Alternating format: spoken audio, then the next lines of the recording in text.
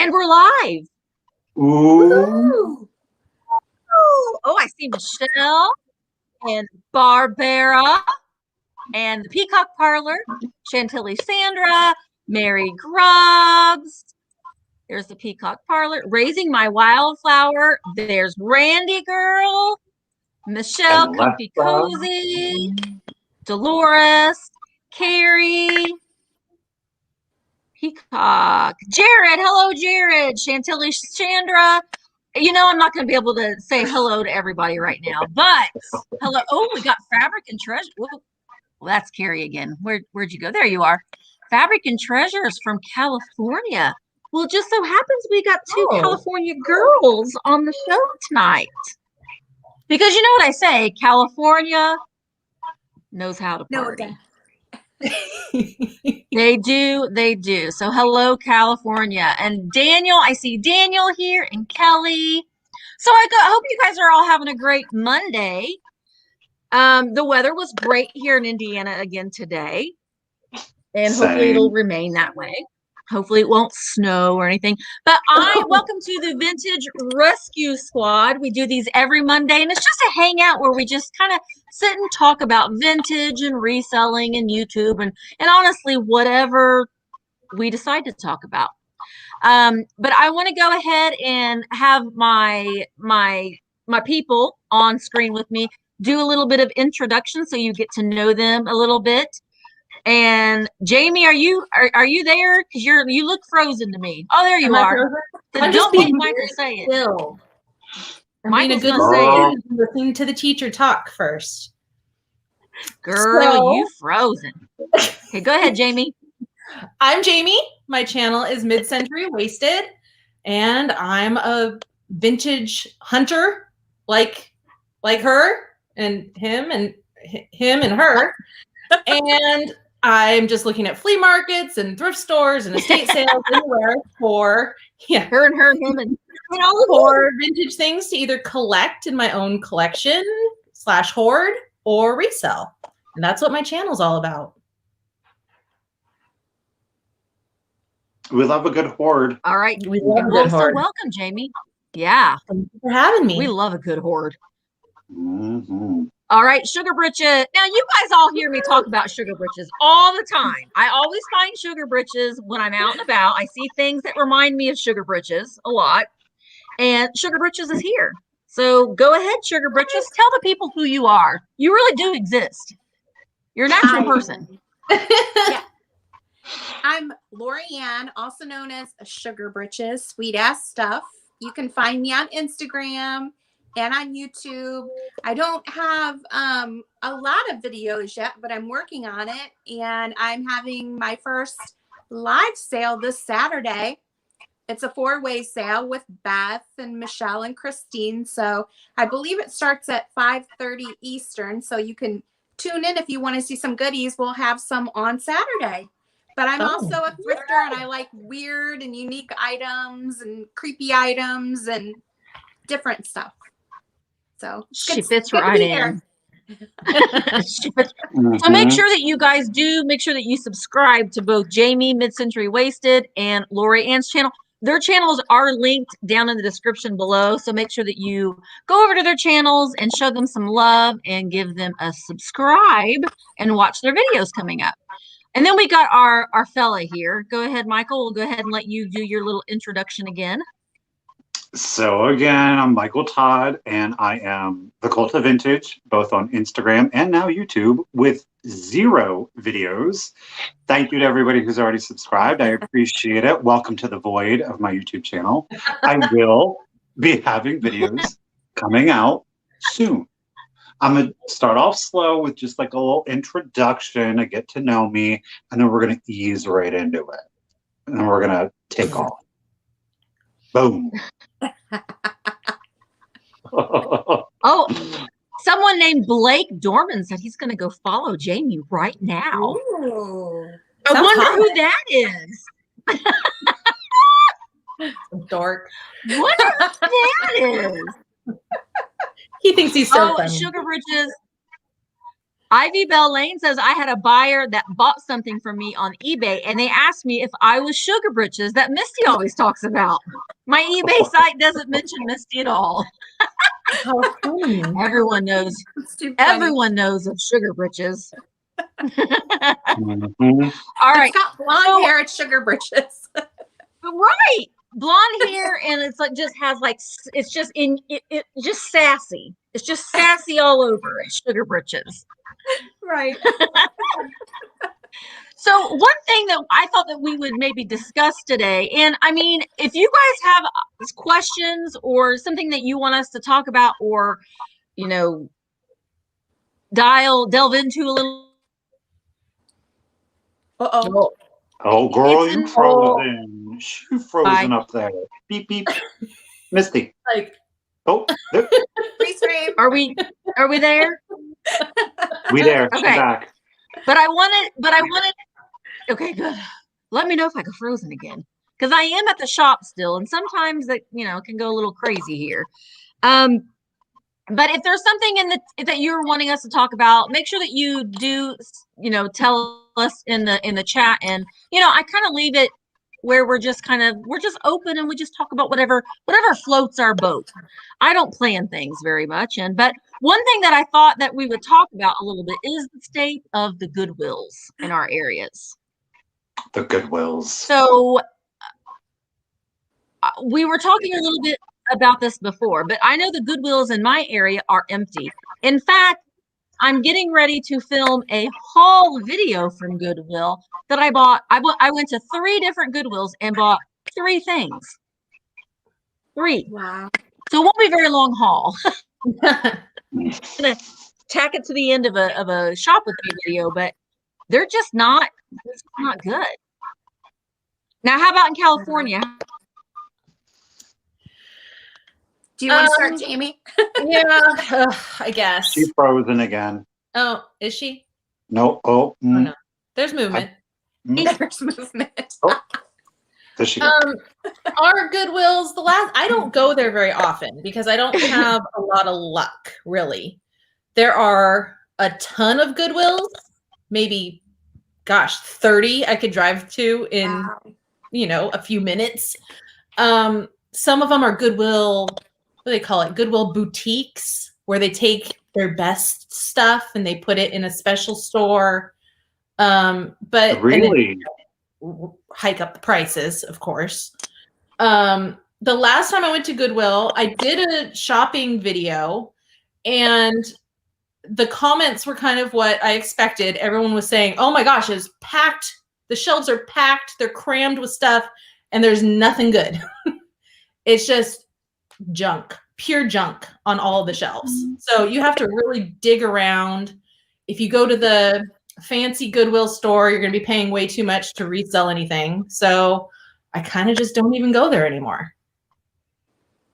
I mean, but do they have like if you go in there, is it good stuff though? Or is it just like, oh, Goodwill, do you really think that that's valuable kind of stuff? It's been well over, before shutdown and everything that I've even gone to the fancy one. So I don't know what it's like right now, but the last time I went, it was like a lot of designer handbags and clothing and maybe better records, things like that. And now I think they're putting everything on Shop Goodwill anyway. So it's just like if I wanted to get some drinking glasses for my house, just some clear drinking glasses, I could go to any Goodwill and find 500 of them. But other than that, there's not much. Yeah, I would say you're in Southern California. I'm in Northern California. Yeah. Same for you, Lorianne. Yeah, well, ours, I had to go home to Ohio for a couple weeks, and when I came back, my Goodwill had shut down, closed. They've closed 8 of our Goodwills. Like, they came in, shut them down, locked the doors, and that was my favorite Goodwill. They used to get really good vintage stuff.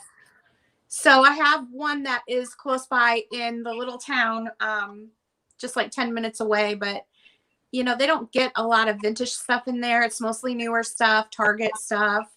Oh yeah. You know, not a lot of hard goods, which is what we like, are the vintage hard goods. And, you know, but I love vintage children's books. That's one of my favorite things. And they condense their book section all the way down to one little rack. So I don't know. I know there's a little church shop in Napa, and that's my favorite place to go. You know, you can get books for 25 cents. You can get stuff for 10 cents in there. So that's where I like to look. But with COVID right now, they have the hours restricted. It's volunteers, and usually older volunteers in there that work. So, you know, for their safety, they have basically closed down until they get the virus under control. So I'm kind of stuck with the thrift stores. We don't have a lot of them around where I'm at. And that's where I like to go, is thrift stores. I like garage sales. I want to get stuff for like 50 cents, 99 cents. And then I don't really, I don't have an eBay or an Etsy. I sell on Marketplace, which I don't know if a lot of people do that, but it's easy for me because I don't want to deal with shipping. So I just pop it on my front porch. They come and pick it up and Venmo or leave money under the mat, and it's worked out perfect for me. So I like to get stuff, you know, in that 99 cent, $2 range. And then, you know, I'm just doing it for fun, basically. It's my hobby, and I enjoy it. I would one day like to do it full time, but right now I work full time. So yeah, I'm kind of bummed about the Goodwill situation. I wish we had better Goodwills here and more of them. Well, some people are saying, I think I had seen someone say that Arizona's Goodwills are full, upstate New York, and I was going to say Pennsylvania seems to be, they seem to have a lot of, you know, nice and full Goodwills. But yeah, it just isn't good. And every time I go in and I'm filming there, I try to at least show how, I mean, even when you go down the clear glass section, or even like the basket section, there's nothing on the shelves. I don't know how the stores themselves stay open, because I tell you what they do is they take stuff, they have someone in the back that they have hired, and that person will go through the donations. They'll see something, they'll look it up, and then they will send that back on their truck, and they all get shipped to the shop Goodwill sites, or they have where they will list things on eBay, because Goodwill does sell things on eBay. So, and I know that they do this because they offered me the job, and I refused. I mean, I don't want to work for anybody but myself. But yeah, they do that, and I mean, it's close to impossible to really find anything. I honestly will go in there, and I know that I'm not going to spend very much time in there. So it's just like, okay, well, I'll just go in and check and see. And it just isn't very good. I have a funny story about that, actually. I went to Goodwill, and I became friends with a lot of people in this particular Goodwill that closed. And the gentleman was like, hey, we have this really nice vase in the back. Do you want to see it? And I was like, sure. Yeah. So, hey, yeah, of course I do. And it's a Van Brugel vase. Beautiful. And I was like, yeah. I'll take it. I know. And then the manager was like, why did you bring that out here? And he's like, oh, I just wanted to show her. And he got in so much trouble because they had pulled that to send it to the auction thing. They looked it up, saw it was Van Brugel. Of course, she's like, it's worth $800. And I'm like, dude, I'll give you like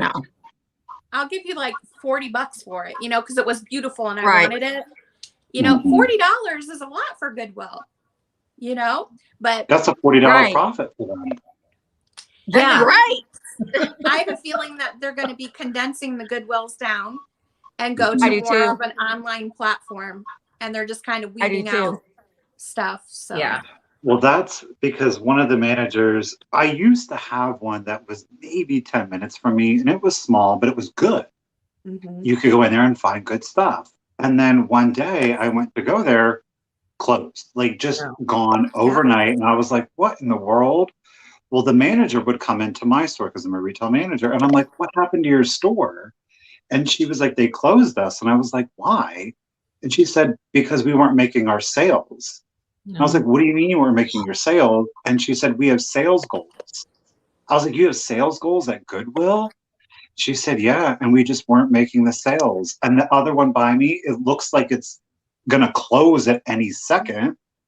But I just, it's unfortunate. But I agree, Lorianne. I think that they are really going to just shift to an online platform. It's hard to make your sales goals when you're pulling all the stuff from the stores, or you tell them you have to pull these items and send them to corporate or wherever that auction is. And then you're stuck with, you know, clear glass and broken stuff, and it's hard to reach those goals they set if they have crap to work with, you know. Yeah. What would the you Kitchen ladies Cat think? says that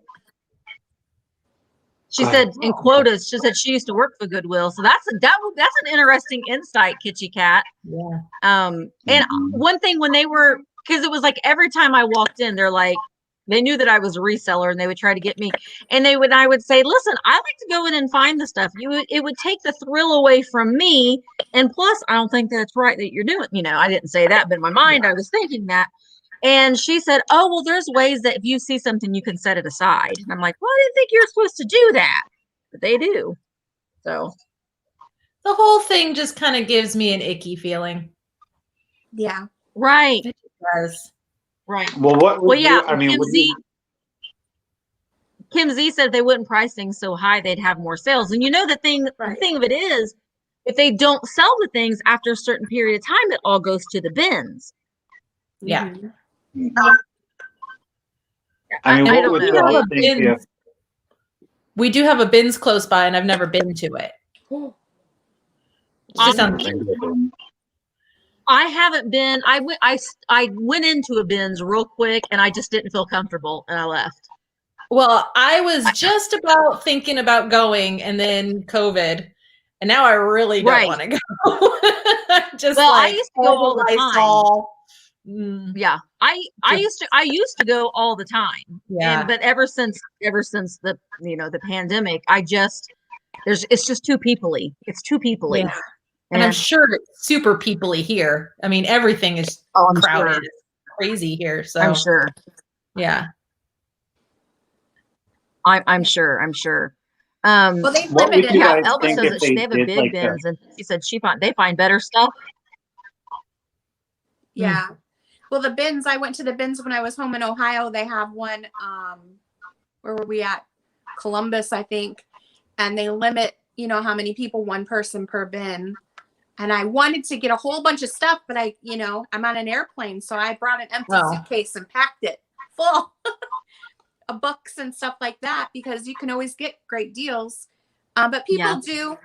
You're supposed to only have one person per bin, but a lot of those people at the bins, they're regulars there, and they will try and just knock you out of the way if there's something there they want. You have to be kind of aggressive when you go in there. I put my sassy pants on when I go in there. I would have to bring Blake with me. You got to. The big physical presence of him there to keep people away from me, I think. Yeah. It's very much prison yard rules at the bin sometimes. I mean, I'll go with you, Jamie. I got your back. Okay? All right. Gotcha. And if you put your hand in that bin before they tell you that you can look through the bin, you will get yelled at. Like, they will yell at you. They yelled at me, and I was like, oh, I'm sorry. So you got to get the lay of the land before you start digging in. Like, sit back and just watch how it's done for a few minutes, and then you're like, okay. Well, it would be an experience, that's for sure. Yeah. I mean, it's fun. Yeah, absolutely. For me, it's all about a treasure hunt. I love to find goodies, and then pass them along to someone else or keep them. I collect books and all kinds of stuff. So it's fun to find things there. That's what it's about. I get excited. Like, my adrenaline gets going when they're rolling out the bins. I'm like, okay, I love it. Like, I can be aggressive too. I'm not going to knock people over or anything, but if someone tries to push me out of the way, I'm like, oh no, you didn't. I was here. Back up. I'm not afraid to tell people, because they think they can push you around, and it's like, no, I'm here. Follow the rules. I had somebody in Columbus who clearly wanted stuff in the bin that I was looking at and wasn't going to wait. And I had to tell him, it's one person per bin. And he got upset with me and kind of followed me around. And I was like, you can follow me all you want. There's still only one person per bin. So wait your turn. I'm probably not going to take what you want. I want like the weird stuff nobody wants. So, Right.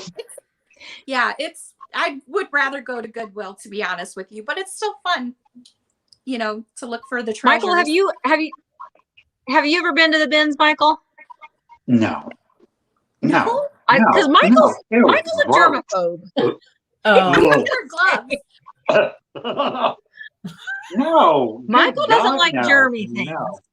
I need a full hazmat suit on. Forget the mask. I need like the respirator thing, hazmat, gloves, duct tape, booties, and then I would burn it all the second I got out. No way. Yeah. I've been in some estate sales where I felt that way.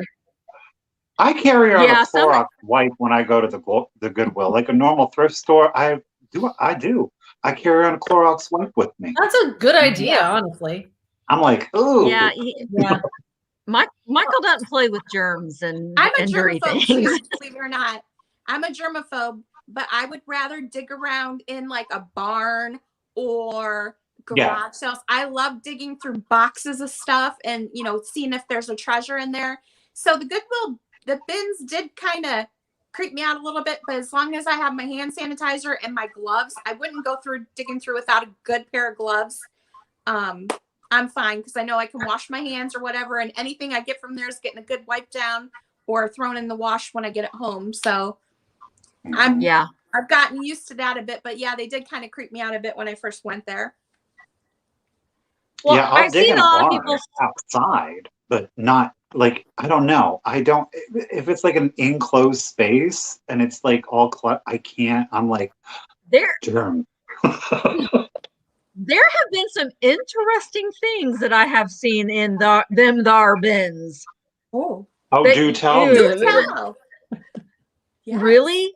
Yes, we want to hear. Okay. It is something that women, well, maybe men and women like to use on their private time. And get it how you get it. Happiness is fleeting. And I was, you're digging around and you're like, but you do have your gloves on. Still, you're like, yes, I did. Lucky girl. A pink one. Wait, that would turn a me into a battery-operated one? A battery-operated one. Ooh. So you're just like, and then you're just like, and then everyone around me was just like, and we were all like, The question is, did you test it to see if it worked? No, I moved away. I never looked in that bin for the rest of the day. It would be funny to turn it on and leave it in there. It was banned. No. It's blacklisted. Oh gosh. And sometimes I think, I wonder if the workers saw it. They're like, we're gonna mess with these people. We're gonna leave that in there. I would see what they do. Is there a resale market for those? I hope not, but probably. I mean, I'm just you can buy used on eBay. Oh God, yeah. I'm gonna have to look on eBay. Michael's got Clorox wipes. We can use the Clorox wipes. There's not enough Clorox wipes in the whole world. No. Well, okay. Well, Linda has a good point, and I say this all of the time. Going to secondhand stores and antique places are better than anything. Do you agree? Yeah, I do. For retail out here, it's tough with the antique stores because the antique stores are pricey here. So, what's your guys' tax rate out there? Yeah, especially when you're in southern. Depends on the county. Ours here is are you serious? 7.75% for. I think it's 7.75 in Huntington Beach, but I know like LA County in places it's 10%. Yeah. Missy, I think in what's San your Francisco rate? it might be 10% too. Yeah. Wow. Yeah. I'm at 6, but see, the state is 6. The one. Oh, okay. Yeah, that's how it is here. We're at 7% or 7.5%. Yeah, 7%. so we're not I too don't know. far off. What's your gas prices No. right now?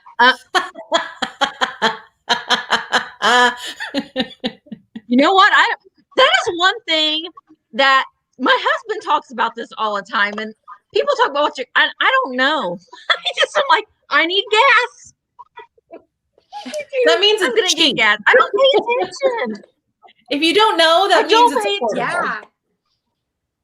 I mean, it could Yeah, cost like I'm just $60 just to fill up my little car. When Yeah. I was home, I How had my much is it a sister's car. gallon? I filled it up like for $3.50. $27. It was crazy.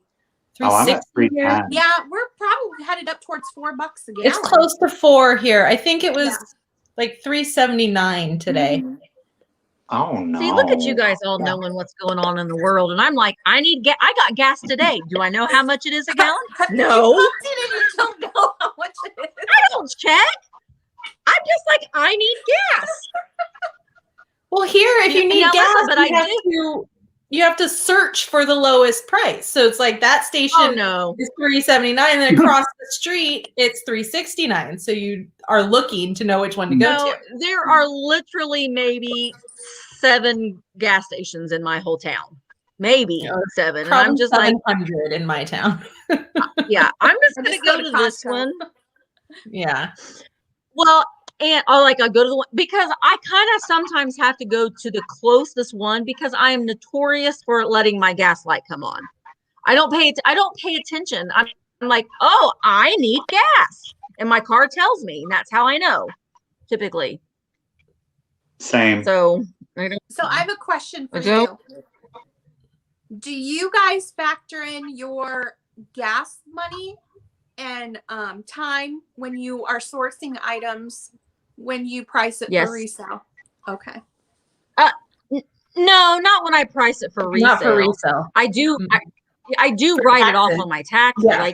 Yeah. I keep track of my mileage and especially when if you go and I'm horrible at like doing it. Like I don't get in my car and be like, I need to track my mileage. It's mainly you can look and see how the distances are. Like I know how long it takes me to get from my house to the Goodwill that I go to all the time, or the antique mall I go to all the time, and then you can see on your receipts how many times you've gone there, and so then you can figure that out what your mileage was. That's the easiest way that we do it. But then when we go on buying trips, again, you figure out what your miles were, and then you just my husband does the math when it comes to that. But there are apps that you can download on your phone that are mileage trackers if you remember to do it. Which That's a good idea. Now, Yvonne says she loves not having to pump gas. My husband's looking at getting an all electric car. So we'll see how that goes. He works about 45 minutes a drive each way. So we're looking at getting him because his car is literally falling apart. Like literally he had to put a new floorboard in the car because he was like Fred Flintstone. I mean, he's the kind of guy that's like, this is just my driving to work car. I'll drive it till it falls apart. And I'm like, honey, it is time, Fred Flintstone. It is time to trade in your car. So Blake's car is like that. But an electric car is too small for me. I need a bigger car. I mean, I'm saying if it passes inspection. Drive it Well, we don't have inspections here. We don't have inspections in Indiana. Yeah. What do you mean inspection? We pay $5 million. We pay $5 inspection? million on. Oh yeah, we don't do that here. We Every pay year $5 you have to million. get your car- No, you have to get your car inspected every year to make sure that, and it's emissions. Well, no, not emission. This is just to make sure that it's mechanically operational, and then you have to get a sticker. Yeah. Every year you get it registered, you have your car insurance, plus you have to have a yearly inspection. Oh God. No, we pay $5 million for our license plates a year, but we don't have inspections. Ask us what we pay for our license plates in California, right, What? Jamie? Have we ever paid anything? What Do we pay for our license plates? Yeah, the little sticker. the registration. Oh, the registration. Oh, yeah, It yeah. goes by a percentage of how much your car costs or something, I think. You paid tax on it. Yeah. It's crazy. I think my sticker was over $700 or something crazy. For Okay, my well, car. you paid. That It's is crazy. Yeah. It's literally, I need to get out of California, man. I'm ready to move back east. So many people are leaving California. Yes. So many people. Well, Yes. it's a nice place to visit. It is. You could literally pay cash for a house and then come back and visit whenever you want. Right? Yeah, the cost of living is so expensive out west. It's so expensive. And then you deal with everything from wildfires to floods to earthquakes. So Yeah. Love an adventure.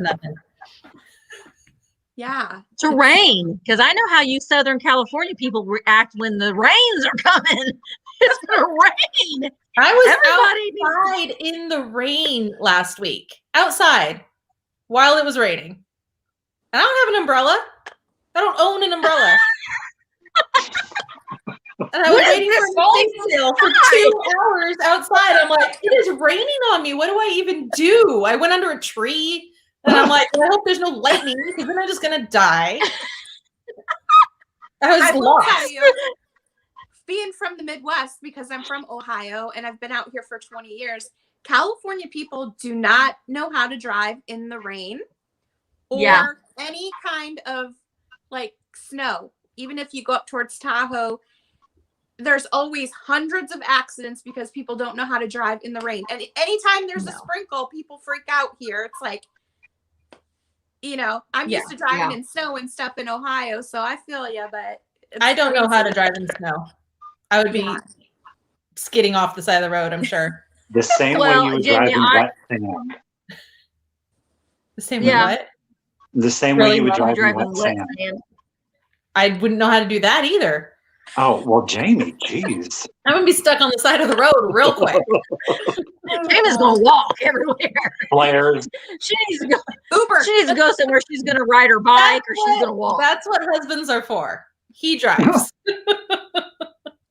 He can figure it out. Yeah. Now I love California. I love going there. I love the climate. I love the food in California and all the fresh produce and the avocados. Oh my gosh, the blood oranges. I love it. I love going there, but I don't know. I mean, I like the seasons so much. I think I would miss the seasons changing. I know. And so, I mean, like I say, there are so many places that are like Florida. It's a nice place to visit, but I don't think I'd want to live there, It's humid. I don't know. I just get humid here. It is. Yeah, I really like California. I've only been to San Diego and Los Angeles. Those are the only 2 places in California I have been. So right between those 2 is where I am. And it's better than both of those places.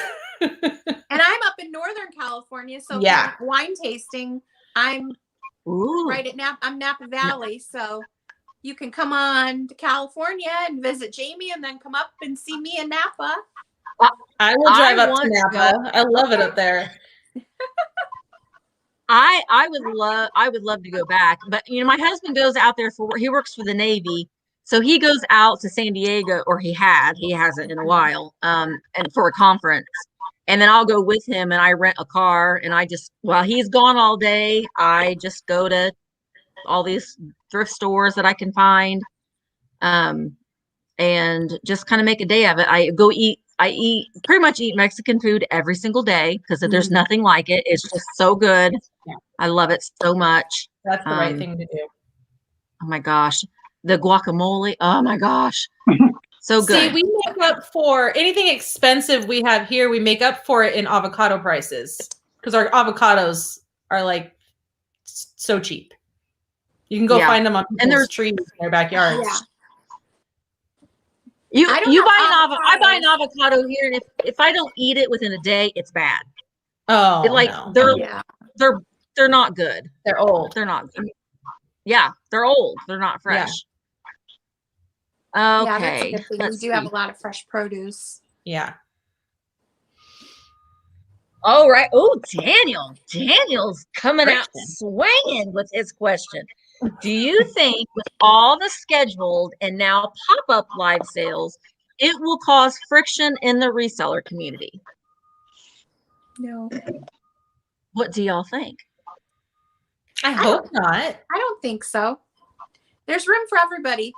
Everyone shouldn't. likes different I- stuff, and I Yeah. agree. I agree. I think it depends on the person. I think that like Mhm. it doesn't bother me.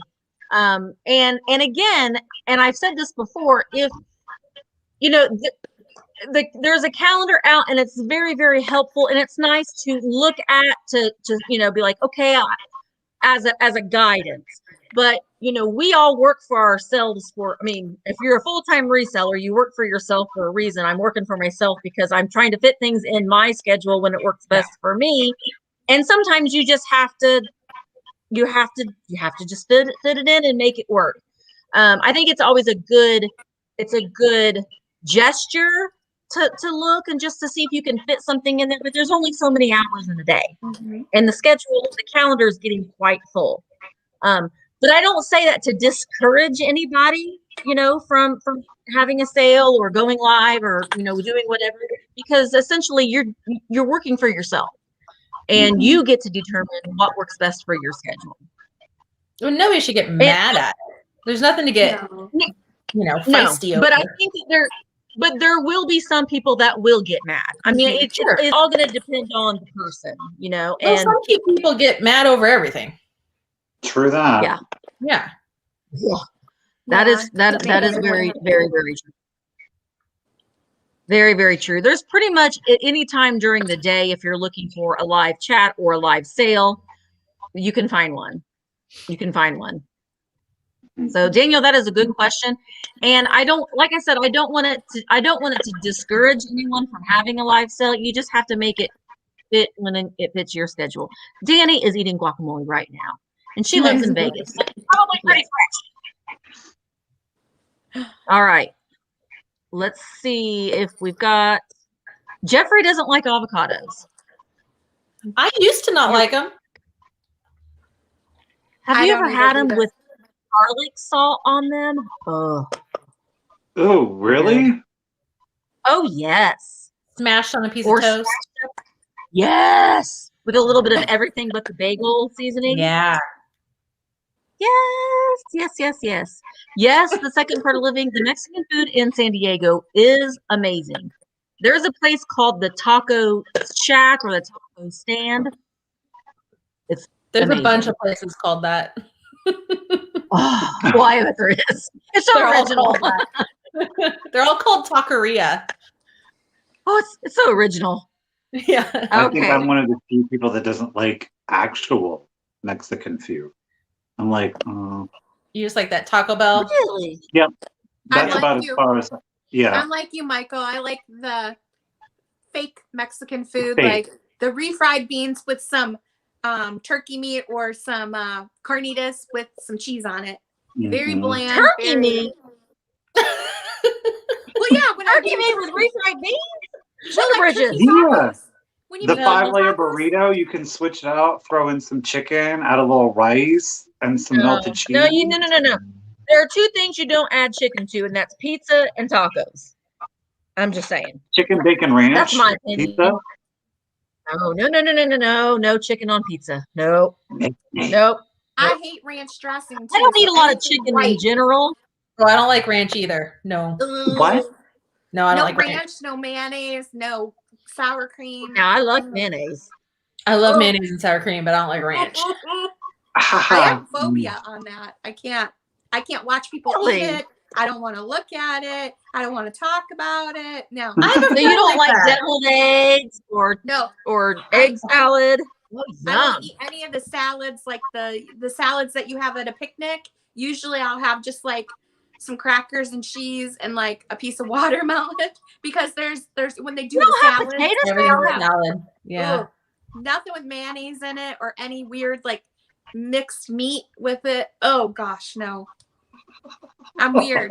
Well, So so you you wouldn't learn eat one of something these new every yellows? day. I have like the palate of an 8-year-old. So if you give me chicken fingers and fries or Macaroni like, and cheese.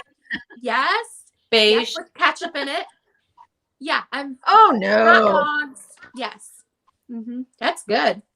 That's some good stuff. So Jody says, can you all talk about the cult of personality that goes with being a YouTube thrifter reseller and what goes into that? I'm beginning and trying to cultivate my online persona. Anybody have anything to add to that? Be natural and yourself, Be yourself. and Yes. don't create a persona. Don't Yep. change your whole character. Don't be a character. If you're just natural and true, then people will like that. People want real on YouTube. They don't want staged stuff. I feel like I finally Yep. found people that understand me because Yeah. I'm always like, none of my friends do this and they don't really understand. Like even my family, they don't thrift or like do antiquing and stuff. So when I found all of you, I was like, oh, these are my people and I can be a weirdo because I'm totally a weirdo. And people are like, oh, okay, that's just Sugarbritches. She's a little weird. That's just me. So you just be yourself. Yeah. People will like you or they won't like you. But I mean, you have to be yourself. You can't do it for anybody else but yourself. Get it. Right. And I think that will come across too. If you're not being who you are, that will definitely come across. And you won't have as much fun with it. If you can't just sit down and be like, this is me, this is who I am. I love Liberace. I got a Liberace doll today. Sorry, I'm a little excited about it. Look, But- I gotta say, Misty and honestly, Misty shopped with me today because I was doing the whole shelving thing. Just to hear her verbal reactions to the Liberace doll, I can't even begin. Because I wasn't watching, but to hear the enthusiasm. I thought my dishes were going to start breaking in the house. I was like, what is going on over there? I mean, he's just magical. And I'm like, who cares about little baby Jeff? Little baby Jeff is no more. Listen, it's me and Lee Liberace. Me and Lee Liberace are going to go to all the thrift stores together. I'm going to carry him around I'm going to get a little baby carrier. I'm going to put him in there. And carry him around with me all day. He'll be my good luck charm. Maybe Goodwill will start getting it won't be Badwill anymore. It'll be Goodwill again. Not Badwill anymore. Yeah. Let's see. Yeah, I think it's important. I think that it's important for the person that if you're going to be on YouTube and someone meets you, that you are that exact same person that you are on your channel as you are in person. I think that's an important thing. And you're going to have a lot more fun with it if you're just who you are. And who you are is fine. Weird and all, we all like weird things. Well, the majority of us do.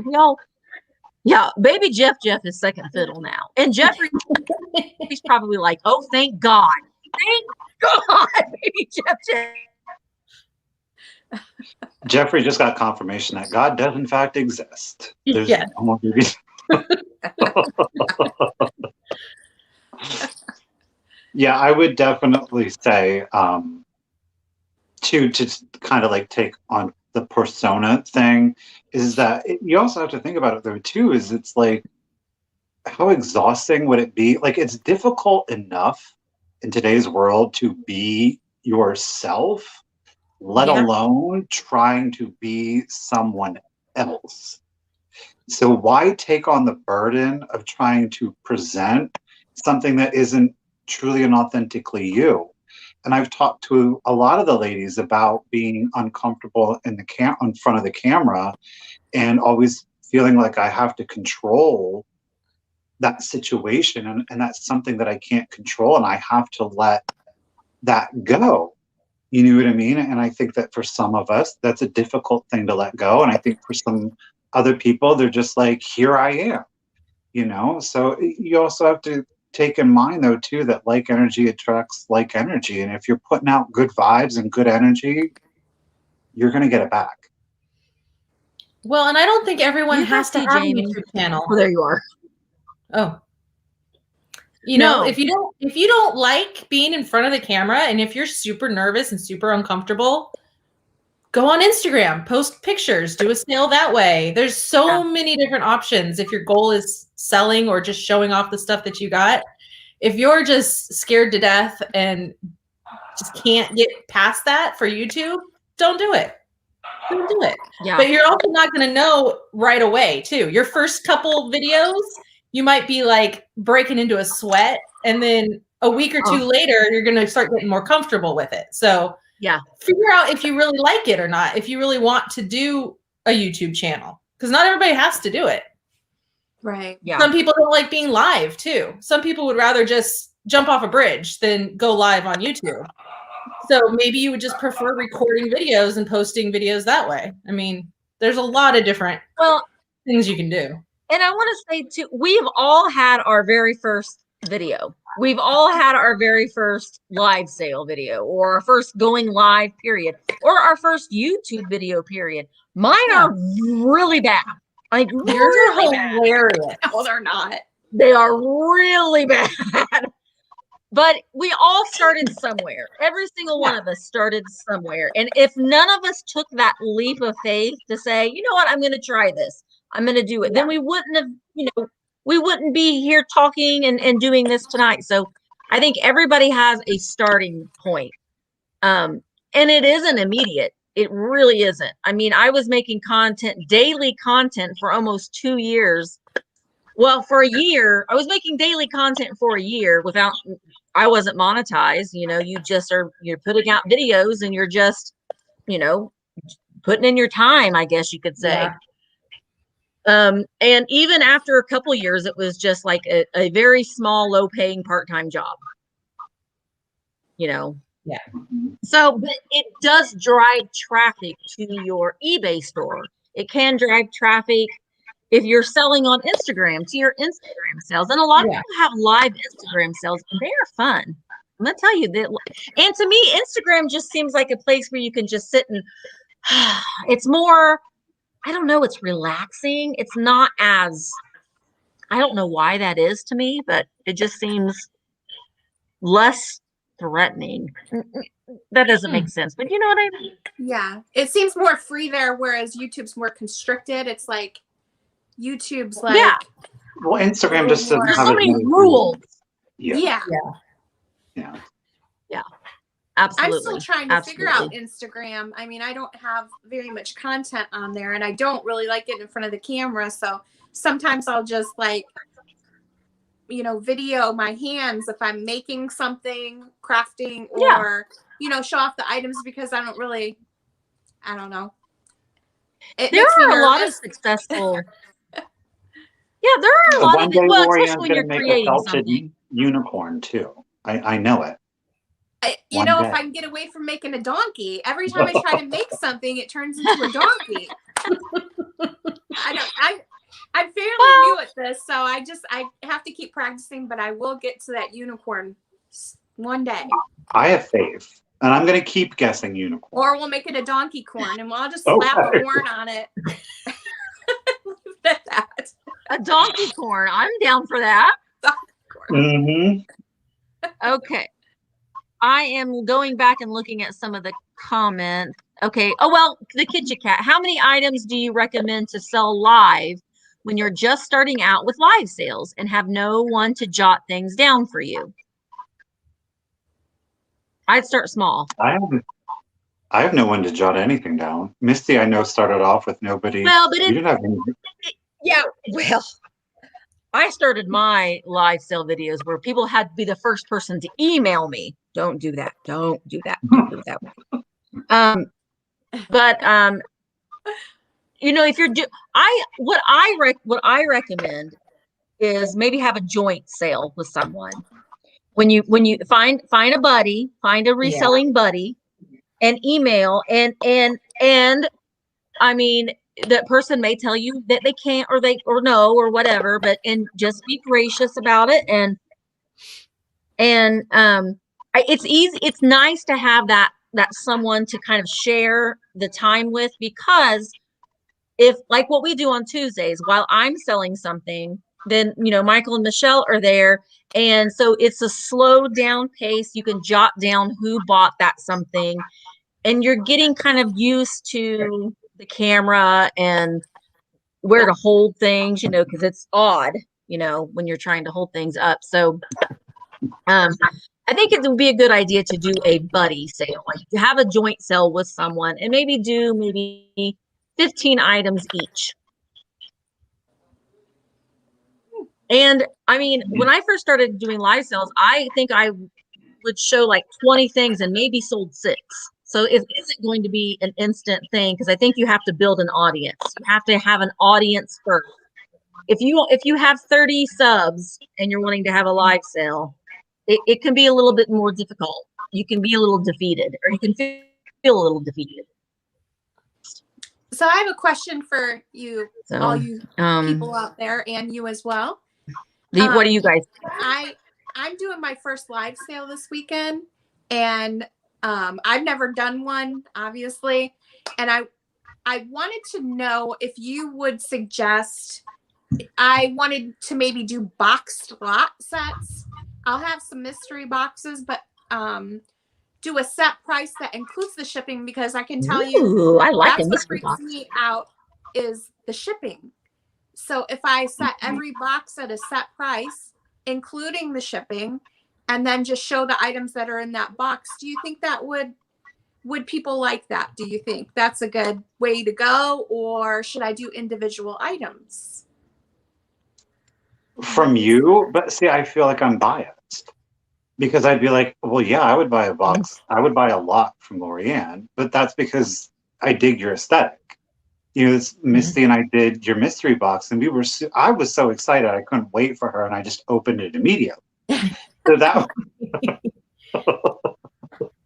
yeah, because I have a lot of small stuff that I'm just, you get to a point and you're like, gosh, I've tried to sell on Marketplace, like I said, but I have so much inventory that I need to move, and it's good stuff. I'm probably going to end up losing money on it, but I need to move it along. So I think if I do box lots, but do you think that will slow down the sale if I'm showing 8 different things in a box where it should just be one? That's the problem, because it's a 4-way sale. So well, I think if you're having a mystery box, it should be a mystery box, and you're not. I mean, like, usually when I sell a mystery box, I'll say there is a guaranteed fairy lamp in here. There's a guaranteed. There's ephemeral, like giving them a general idea of what's in the box, because it's kind of fun to have the mystery behind it. yeah. And honestly, that might be kind of a niche thing that you could, because that's something that's a little different, and it's kind of exciting. But Yeah, I stress out over mystery boxes, because I think do no one's too. gonna like it. I feel like I'm stressed the whole time that A, the stuff's gonna get broken or not show up.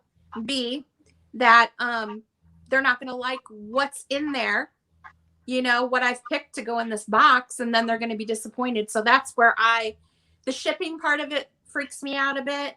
And I think to get around that, to make it a set price where shipping's included, but I would have to sell a box for $40, because shipping for a priority is what, $20 for the large. So really, well, you could do a flat rate. You could do a large flat rate box, and you know what the shipping's going to be in advance. So I think it's like 18 something. $15.55. It's expensive, but $15.55 is a large flat rate box. Are they bigger than the priority? And you can get those from the post office. No. They're the same size as priority? I think they're a little smaller, aren't they? No. There's a medium flat rate and there's a large flat rate. Oh. See, I'm all new at this. That's why I think you would get in trouble, because shipping from California is a lot. So you might lose a lot of your profit if you include the shipping, unless you're sending it to somebody who's close by. Well, yeah, I would just say it would be if you would. This is the way that I did it, and I had never done it before. I was like, I'm going to ship it in this flat rate box. Yeah. And it was a large. It was $15.50 at most. So if Lorianne or Jamie, if you bought that mystery box, then you knew, wow. You knew it was going to be $15.50. Sorry, I'm playing around here a little bit. But Cindy J, who lives like 45 minutes from me, bought it. So then I was like, well, I'm not going to send it to her in a flat rate priority. I just switched it over, and she paid like a fraction of it. So you could just approach it like, if you're in the East Coast and you buy this, it's going to be $15.50. If you're in California, I'll switch it over and it'll be cheaper for you. Yeah. But the priority boxes, the large ones, are always a set price no matter what weight, right? Flat. The large flat rate. The large priority is Uh-oh. Misty girl. Which Frozen. She's doing a little pucker face. When you're in. Oh. There she is. Oh. Are we there? Oh my goodness. My goodness. There you go. She is, yeah. Am I there? Okay. Yeah. I don't know what the deal is. With the whatever this is, the internet. I'm trying to find it, but Randy Girl had brought up a good point. There it is. If you're limiting yourself from some people who are collectors and they don't want just like a random lot of things. So I think it would be a good idea to do a mixture. Do some mystery boxes. Yeah. And then some. And I think throwing some of your artwork in too would be good too, because she does amazing artwork. She painted. I have to go get it. I mean, without spilling too much tea now, but when you say like a lot, is it like, is it a lot of, like, I had a lot of, they were all German bird salt and pepper shakers. I was going to do themes, like a themed box, but I was going to show you, I was going to do some mystery boxes, but then I was going to do theme, like call it the Lady Gaga box or whatever, and do like, vintage purse and vintage like fancy stuff in one box, and this is $45 and that includes shipping. I didn't know if people would be interested in that. I guess it's just going to be try a couple and see how it goes. Yeah. So yeah, if it doesn't work, then you're like, forget it, I'm not going to do that again. Yeah. She's back. Yeah, I think so. Well,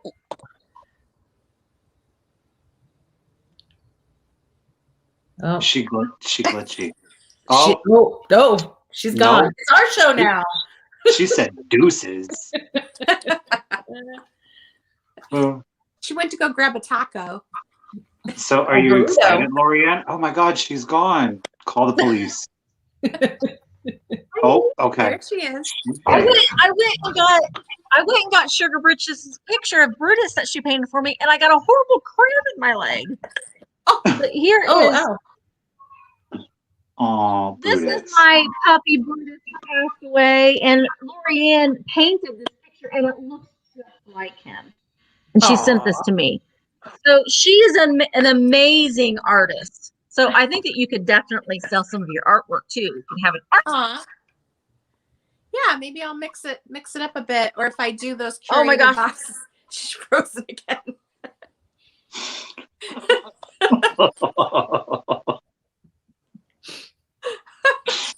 That's a good one. Poor Misty. Misty. Yeah, see, I see some people are saying they do like a box lot, a mystery box. So it's just going to depend on your buyer.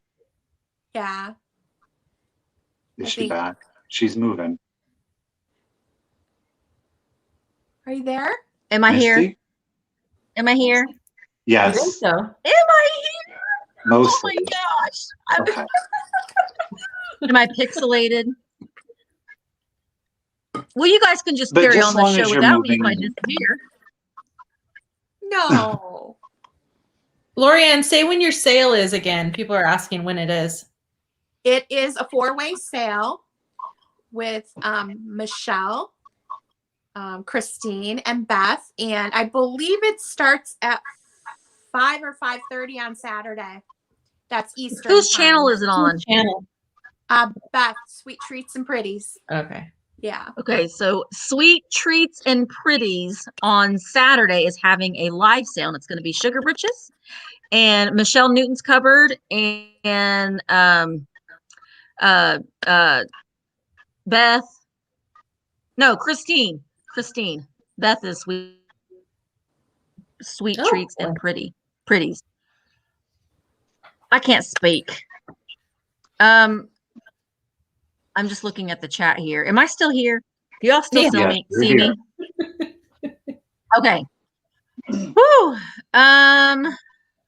Okay, introductions again. They said that they had come in late and they wanted to know who we all were. So our gentleman that's joining us is Michael from the Cult of Vintage, both YouTube and Instagram. Listen, guys, he is going to be posting content on his channel very soon. I can't Trust wait. me, he will. And then we have in the blue shirt. I don't know why your names aren't popping up. That's confusing me. I don't understand that. But we have Jamie from Mid-Century Wasted, and then at the bottom we have in the polka dotted bow we have Lorianne Sugarbritches, jazz Sugarbritches hands. sweet ass stuff. Yeah, and then we have me. I'm Misty, and everyone's channel is linked in the description down below. So when this is over, you can when the video goes up, you can find their channels by the links that are in the description. Let's see. Okay. Ooh, this is something that I struggle with. Are we there? Mm. Okay. How do you keep coming up with video titles that are catchy? I'm horrible at it. That's all I can say. I'm not good at it. I don't like the ones you want them to be catchy. Yeah, I know, and I don't like the ones where they're obviously trying to bait you.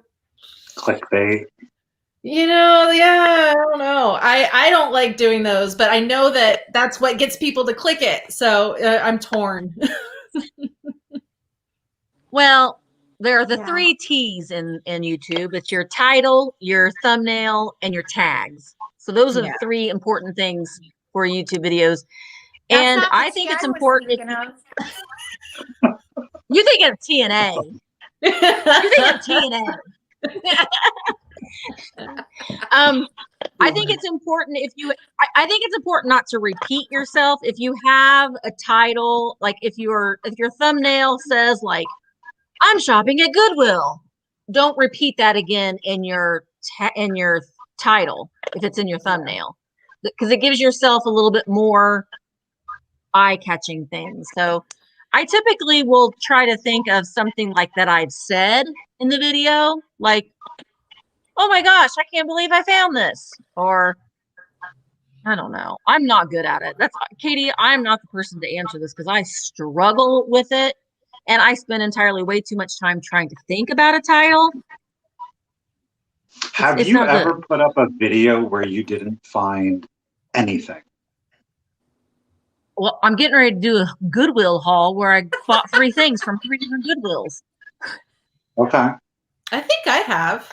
Have you? Okay. I think so. Maybe. Because it's so rare to, like, I just think, like, from maybe, like, the viewer perspective, because it's always like, how do they always find such good stuff? How do they always find such good stuff? Yeah, and it's like, they don't. there are days that you don't, and then there's no video from it because I guess, I mean, are people interested in that? Do you want to see a video where somebody actually doesn't find anything? Or do you only want to see videos where people find stuff? Do you know, like, do you guys ever struggle with? Happens if you're in someplace really interesting that's interesting on its own. Like I've gone to estate sales that have been like hoarder estate sales.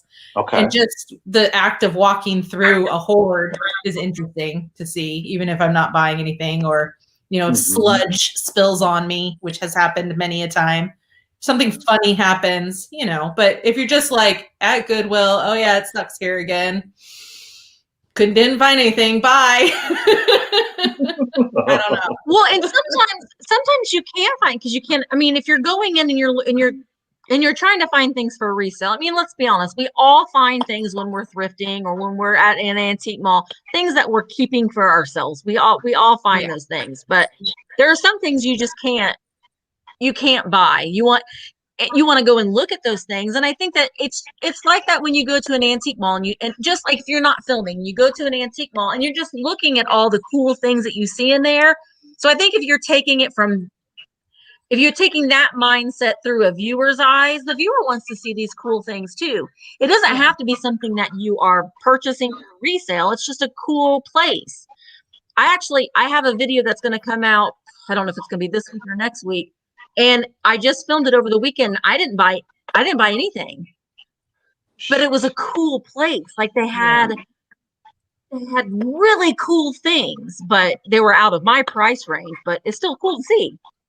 Oh, George is here. So I was just going to say, hey, George. He goes around and he's giving us information about everything at the antique store and stuff like that. He's not necessarily buying anything.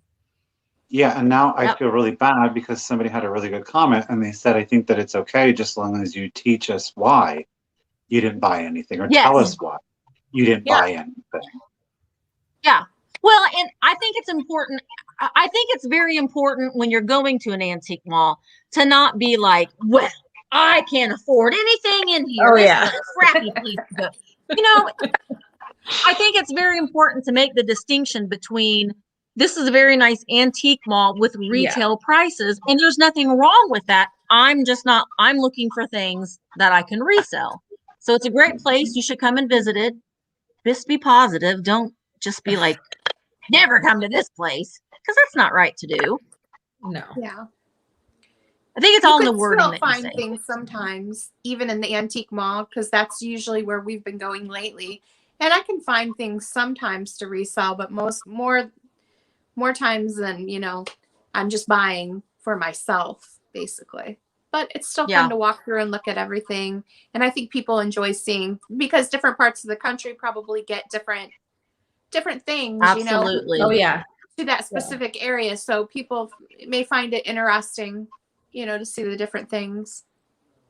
Well, when I was in Palm Springs, those videos did super well, I think, because it was just mid-century modern Mecca. And I bought very few things. There was one antique mall that we went to. I didn't buy anything. But people were saying it's like going into a museum. It was like just looking at all that stuff was so much fun. They had everything you could imagine, the kind of stuff that I like anyway. It was all there.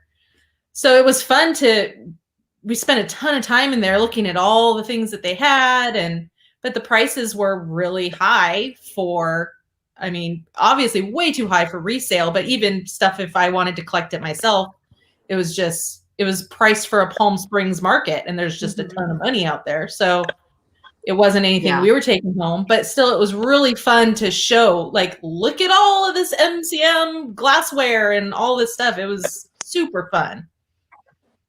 Yeah. Yeah. And I think that's important. It's important to show those things too.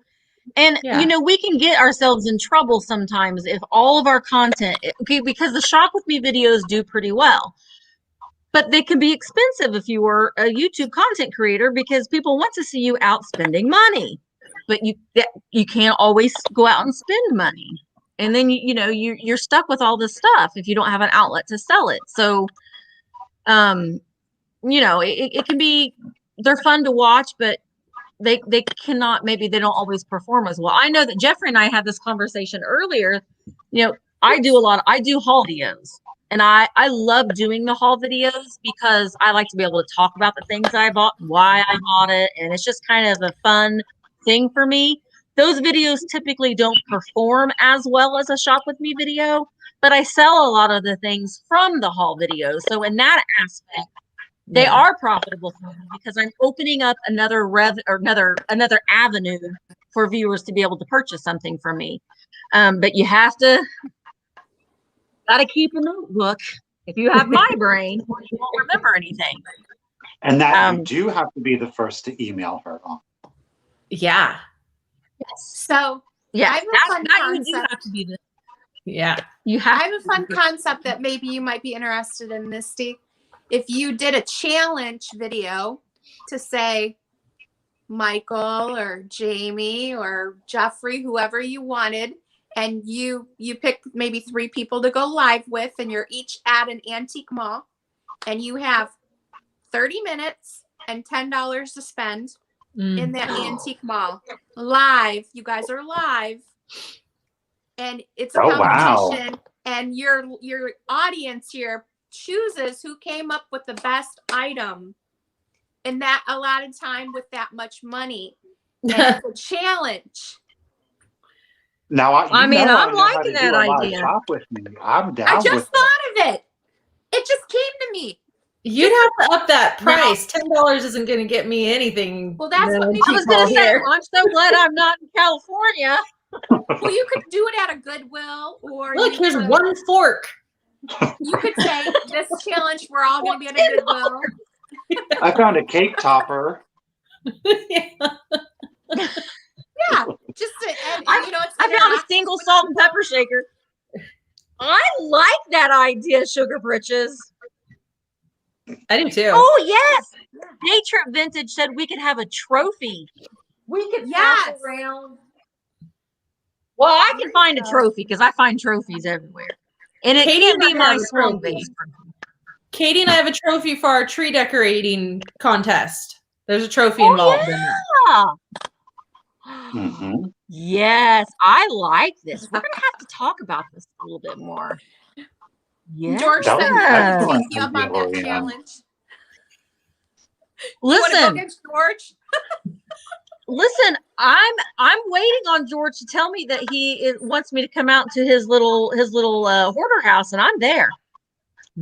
So you just gotta let me know, George. I will make the trip to Kentucky, and I know Jeffrey will too. Then it could be Jeffrey and me fighting over the things in George's house, and I will hit him. I'm just saying. It is not above me to knock him to the floor. Gonna get her elbows out, tripping him. Oh, he'll be on the floor. I will throw him across the room. Real nifty will be real bruised. Yeah, I don't want to do that competition video with George though, because George would win every time. George needs to be the host. Yes, there you go. I feel like George could be the host. I don't think any of us. Yeah. Yeah. It's Ooh, like the trophy could be a Michael original. It's like supermarket sweep, only in the antique mall or thrift store, right? You get your shopping cart going, $10 in hand. Yes. Yes. And then we could also do who finds the tackiest thing. Yeah, you could do different I could do that. Yes. We could do different themes. Or the creepiest thing, or yes. Ooh. So like for October, you would do the creepiest, and then like or December you could do the Christmas. Christmas. Christmiest. The ho-hoist. The ho-hoist. The ho-hoist. Oh, yes. Yeah. Oh, wait. Jeffrey said, Sugarbritches, your name is being flagged every time someone uses it in the chat. Sweet ass. I love your channel name. I'm so glad it's Sugarbritches. Thank you. I had to go back. You had to. Yeah. I mean, I like the thing too. Collection, but will you promise me that you won't? Will you promise me that you won't change it anymore? Because everybody changes their names, and then it's so hard to be able to find out who they are and where they went. Yeah, unless YouTube, It's very kicks important. me off for it, Yeah. it'll stay that way. Right. It's very important if you are a content creator that you, before you like, really think of a name and stick with that name. Because if you change your name, it's hard. It's a hard mental thing for people to remember and to come up with. Yeah. So Yeah. And Sugarbritches is an easy one yeah, to remember. Daniel But said we can only Mid-Century go. Wasted too. I love that one though too. Oh. We Or can that's only a go good to the idea. worst rated stores. Now, Daniel, that won't be very hard to go to the Goodwill in my area. I'm really liking this idea. I think the first one needs to be you go to Goodwill. Mm-hmm. And you have to find something from the clear glass aisle. You have to find something from the basket aisle. Do you know what From the I'm thinking? linens. Do you know what I'm thinking though? And I think this is going to be the challenge though, because if you go to oh my God, if you go to a Goodwill and you're live streaming on YouTube, is the music, because even if it's okay in two people's, is the music going to be, I'm going to change mine to Dicky, Delightful, and Rainbow. I mean, that's unique. That would be a unique There you name, go. Jeffrey. I think you'll get some different viewers if you change it to that. Yeah, And I it's think not it's into a Whole different new market. audience. you should Yeah. probably Whole turn new it to audience. Delightful Dicky in Rainbow Land. I think it sounds better, Delightful Dicky in Or- Rainbow Land. Or Rainbow Land's Delightful Dicky. That too. Yeah. Delightful Dicky in Rainbow Land. Okay, yeah. Or whatever. Whatever, Jeffrey.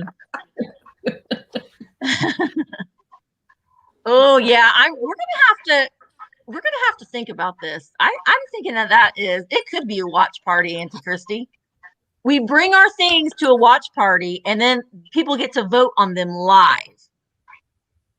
Or put them on eBay and see which one sells for the highest amount. Oh. Ooh. But then I think that money would go to charity or something. I don't Yeah. think that, Yeah. you know what I mean? I don't think that we should. I don't want it to be like a popularity contest. I if whoever wins that money gets to be donated to a charity of that person's choice. Yeah. A flea like market would be a good place to do it because there's not a lot of music. Yes, a flea market Yeah. would be great. Well, Oh. there aren't any flea markets in these parts around here lately. Hopefully that will change soon. It's sort of like Flea Market Flip. Although, and I like that channel, but I don't like the way that they flip these things into. Oh no. I don't want to flip anything into anything. No, we're not making bar. Stop painting the MCM furniture and stuff. I just want to slap them. No. No, I can't. Say no I to can't chalk watch. paint. I can't. I can't. Yard sales, Jolene, will be. It's. Oh well, that was Randy's. The thing goes by pretty quick. Yard sales. It is almost yard sale season.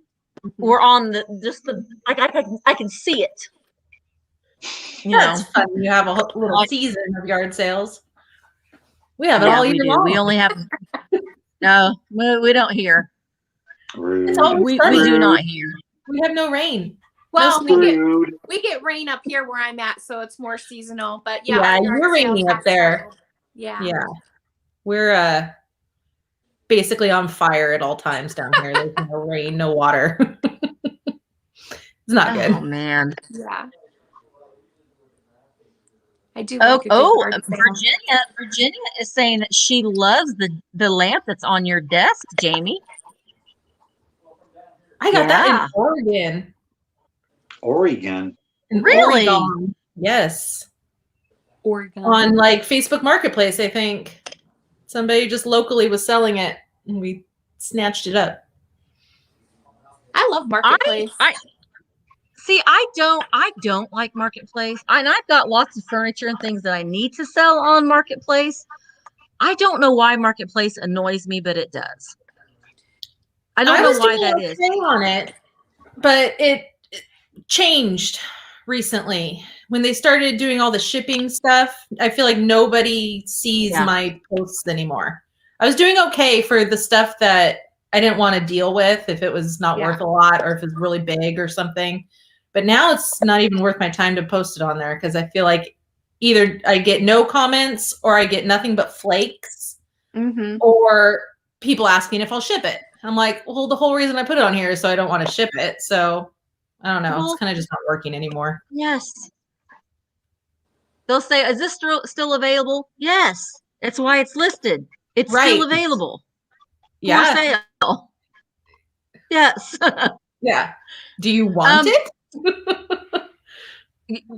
Because here's the price.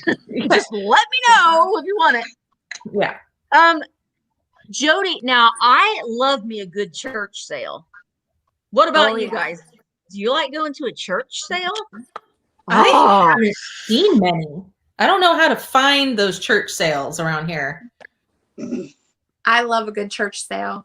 You sometimes They are just happen upon amazing. them. Yeah, because a lot of you do. You do just happen upon them, and a lot of the times they're these sweet older ladies that are running it, and they don't know what the stuff is. Well, we were out yard sailing. Yeah, nothing beats a church sale. And there was we thought it was a yard sale, but it ended up being, it wasn't a church sale. They were raising money for something to do with Haiti or something. But you could tell it was donated stuff. And then like 5 ladies were running it. And I got salt and pepper shakers from Japan. I got that quilt that I posted on Instagram, if anybody saw that. And so I liked that a lot. There's lots of vintage stuff, and they're, how much is this? And they're like, Susan, how much is this? Like nobody knows what to price anything, and they just sort of take donations for stuff. So I've gone to church yard sales where everything's free. Oh my god, everything is free. The donation. Just donation. And then you just give a donation at the end. And I'm like, what? So you're asking, how much is this? Oh, it's free. It's what? It's free. We just ask for a donation at the end. Yeah, then you give them, you give them an appropriate donation, and you get some cool stuff. I saw. In all caps is very easy for me to find if you have a question. How do you film at yard sales or flea markets or church sales? Do you still ask if it's okay to film? I don't ask. I ask for forgiveness rather than permission. Amen, sister. I do that too. I just make sure I'm filming the stuff. I'm not like up in somebody's business with my camera. Like, hi, thanks. How much is this? I'm not going to film people. So, hey, what's your first and last name? What's the address here? For the what's your social security number? Can I take a look in your living room? I do ask when I'm at a yard sale. I typically do ask. Sometimes I forget to ask, and I'll just walk in and I'll like have my camera, and people are looking at you like, what are you doing? But when I'm at a yard sale, I do ask, and most of the time the reaction I get is, they're like, why do you want? Okay. But I do always say, I say like I have a YouTube channel, and I just, film, yard sales and flea markets and antique malls, and I'm always, I don't film anybody's faces, and I'm not going to give away an address or anything like that. And I tend to give too much information out when I'm asking if I can film it. But normally they're very, very nice. And sometimes though, if you tell them that what you're doing and what things you're looking for, they will say, oh, I also have this, and this. It's not for sale out here. So it can open up doors to other things. Have you ever had a business tell you no? No. Well, that's good. I haven't. Wow, okay. I'd be afraid people would say no out here. I feel like, I don't know. And I also feel like out here, everybody's always filming something anyway. So people are used to people seeing cameras all over the place. Yeah. So nobody even notices, I don't think. Yeah. Yeah. Yeah, I don't know. But then some places like my local places here, they know that I film, and they're like, "Are you filming today? What do you want us to do?" I mean, because it is, if you're positive and you're bringing people into their business, which is kind of the catch-22, because you're also giving away your own sourcing locations, you know? So it's kind of a catch-22. And honestly, my video tomorrow, the things that I bought, I'm not telling people where I got the stuff from, because I'm keeping a place secret for myself. Because you give away all of your sourcing places when you tell people, you know, where you're going all the time. And then that leaves it, they go buy things, and then it leaves it dry up for you.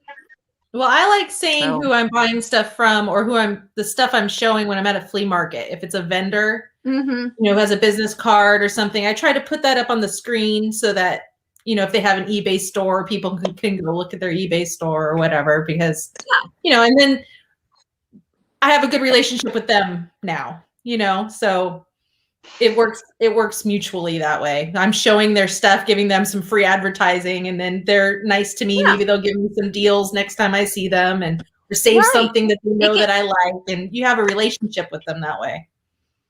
It can very much open up other doors, and as long as you're pleasant and you're positive, and you know, oh, hello, Jocelyn. Everyone's like, oh, someone must have been in. And you're saying, oh, this dealer has a ton of overpriced crap, you know, that why? Instead, it's like, you may think that. I'm going to a Camel Barn sale on Thursday on my lunch break. Oh, what now? Oh, what? Wait a minute. Oh, what? It's they have a historic museum here, and the old camel barns. I guess they had camels back in that area for the military or something. I don't know. They have camel barns. And so they have annual sales in this camel barn. And it's like a big church sale in this camel barn. So they usually have very good deals, but it's in a historic building. A lot of it's outside and a mixture inside. So it should be pretty interesting. So if anyone wants to head to Benicia on Thursday, starting at noon, there's sales going on in the camel barns. Come on out. Away is that? That would be a first for me. I've been to a pig barn and a cattle barn, but never to a camel barn. That would be a first. I don't know that I've ever been in a barn. What? What? Where's never been in a barn? Barns? In every yard here in my town, there's a barn. You have to drive far and try hard to find a barn around here. Wow. I wouldn't look down the street, probably right around the block if there was another one. I have one in my backyard. I would love to go to an old dirty barn. That would be a dream come true for me. No, the most I get is a shed. Mine's more of a shed. Not really a barn. It's more of a shed. Well, we don't really have basements or attics to speak of here either. It's the most you can hope for is that if you're at an estate sale or something, is that they have some sheds in the back where they keep all the old stuff. But because there's no basements, there's no. Yeah. We just don't have that. Then you have to worry about all the black widows in those sheds. Yes. They always have black widows. Ooh. Always. Yeah, it's pretty. Or the rattlesnakes. Don't you guys have a lot of rattlesnakes out in your parts? Yeah, there's some. In like I don't know. Trails. I always thought that rattlesnakes would be more of a thing in my adult life. You see all these shows about rattlesnakes, and you're like, "There's no rattlesnakes here. Why am I so scared of rattlesnakes?" I see them when I'm hiking all the time. And quicksand. I thought quicksand would be more than what it ever ended up being. In every 70s movie, right? Quicksand. I had a fear of that when I was little. Do you remember the Never-Ending Story when the horse got Arturo? And what was his name? Morello. What was the horse's name? I can't remember, but I remember that scene. Don't know. Arturo. What about the Princess Bride in the quicksand? Yes. Mm-hmm. I always thought quicksand was going to be a bigger thing. I'm glad that it's not, but it's always in the forefront I of feel my like I mind. would know how to get out of it, though. You see it so often. I feel like we would survive. We've been taught how to escape quicksand. Well, it would be dramatic. My death by quicksand would be very dramatic. I would slowly go under the quicksand. And then I'd reach my arm back up again one more time. What you do is you hand Misty a clown to get out of the There you go. Oh, I'll jump in the grab the quicksand. clown. Fly out of there. I would jump in the quicksand. Take me away, quicksand. So Daniel says, how do you approach returns with live sales? Like, how long do they have to return? I do not allow returns, even on eBay, but there is always an exception to the rule. It's a case-by-case basis, and I need pictures. I mean, if somebody was like, I don't like this, I want to return it, I'd be That's like, the way oh, no. Sorry. If something broke, well, of course, I'm going to refund you your money. Right, But that's what I mean. Yeah, if someone just changed their mind, no. But if it arrives broken or whatever, then But no, I don't do returns. I never did them in my brick and mortar store either. We had a no returns have people policy. asked you guys that? If has anybody changed their minds on you guys and have been like, No one has you for me. know- Well, no, it has happened, and it depends. It depends a case by case basis for me. So, that's interesting. I haven't had to deal with that yet. I don't do live sales. I haven't done one. oh, I just don't do them. no. Heart attack? That doesn't sound right to me, though. I thought it was like I thought it was Look at her Arturo. frozen down there. Look at her frozen. That's a very dramatic freeze. I don't know. Exceptionally dramatic. Quicksand. I'm in quicksand.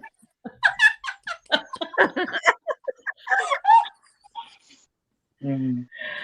Oh my gosh. Okay. I hope there's people out there grabbing these screenshots of Misty every time she freezes. Oh, I Because there's am been some sure. good ones. They're out there. Oh, look, Jocelyn actually knows of the Never-Ending Story movie. All the other TV shows I brought up to her, she's like, I don't know. Mama's Family, she didn't know. Carol Burnett Show, she didn't know. Jamie, are you saying that you don't know Mama's Family? I mean, I've heard of it. What? Jamie? That's a Are you for classic. real? Was it on Nick at Night? No. Yeah. It was on like ABC or CBS When?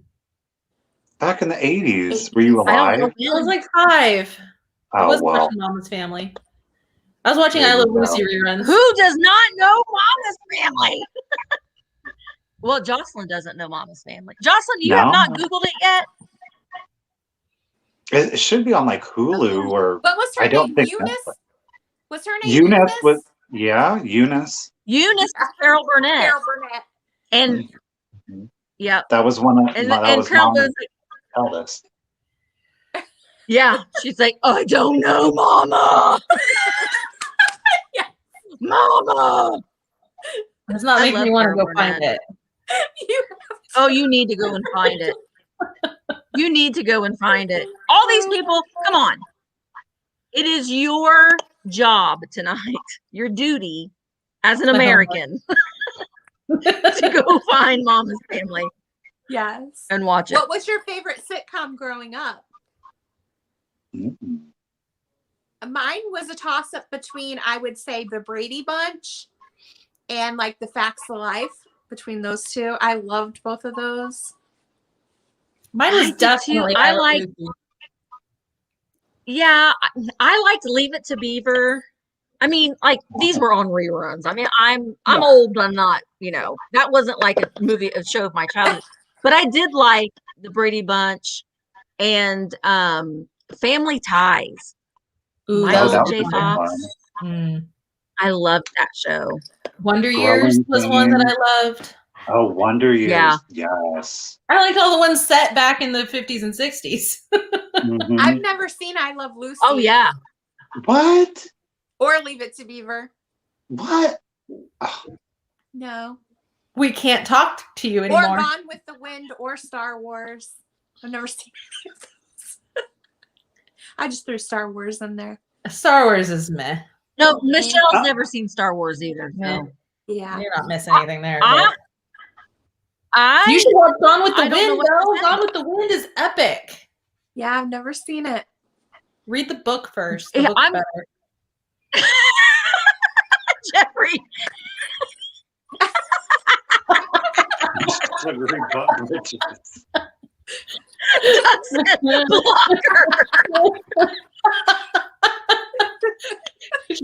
Deletes her from the chat. Vintage discoveries. You never saw the Titanic movie? God, I saw that Oh. in theaters. I saw I it did 14 too. times in the theater. Oh, Oh, Because I was I a loved it. young teenager in love with Leonardo DiCaprio. Me So I saw it too. over and I wasn't over a and over again. I wasn't a young teenager, but I loved Leonardo DiCaprio. Leonardo DiCaprio and I are the same age.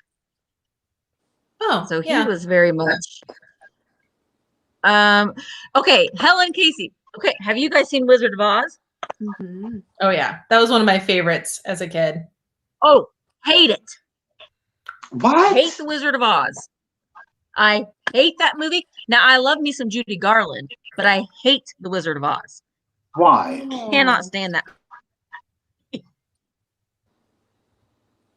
Just don't like it. I love that Don't movie. like it. Munchkin. That's how I learned all about Yeah. tornadoes. I from that movie. Mm-hmm. I don't love the flying monkeys. I don't like that Wicked Witch. I do not like it. I don't like it. I can tell you my favorite movie of all times, and I used to watch it when I was little, but it traumatized me because it had a scary thing in it, and it still to this day freaks me out. It's Chitty Chitty Bang Bang, and that Oh. child catcher guy in Chitty Chitty Bang Bang, the one that dances around with the candy, all free and all today. And he's got that nose, and he does the little dance with the lollipops. Do you know what I'm talking about? I I've don't. never seen that movie. I used to read the Chitty book. Bang My mom used to read me the book You've all never the time. seen but I Gone never with the saw the movie. Wind, and you're judging me. You guys have never seen Chitty Chitty Bang Bang? I have. God, that is my favorite. Nope. Gotta The watch child it. It's got- catcher. Oh yeah. My gosh, am I the only one that ever has seen that? I'm looking in the chat to see Now- if there's any. The Oh, Judy he's- Garland movie that I love is Meet Me in St. Louis. That Mm. Never seen that. treated I've her never seen like it. crap filming Wizard of Oz. All right. Yeah. You know what? A movie that I loved when I was little was Pete's Dragon. Mm. Oh, I can sing I that love that whole movie. Sing it. I'll be Yep. your I love that candle movie. in the water. Oh my gosh. I had the record and I played it on my record player, and it was like the little record with the book. Walking through Yeah. the park and he's feeding. She's frozen again. Yeah. But yeah, Oh, I we're- love that. we're all- that movie. Pete's Dragon, I loved it. where he did the. I need to get that record. I gotta see if one's available because I need a Pete's Dragon record for my little record player I have. Feel I used to bad for call my it husband. Pizza's I'm Dra- gonna be Pizza's singing it in Dragon. my microphone. Oh, Ellie, Leah went to your high school? Did you know him? Ooh. Uh-oh. I like me some Leonardo DiCaprio. I never Oh, I got would it. agree, Laura. Goonies is a great movie. Mhm. Hey guys! We went and saw the Goonies house up in Oregon when we were on a road trip up there. There's the house. Really? Yeah, we went and saw it, and the beach area. The beach is up in Oregon too, where they filmed all that.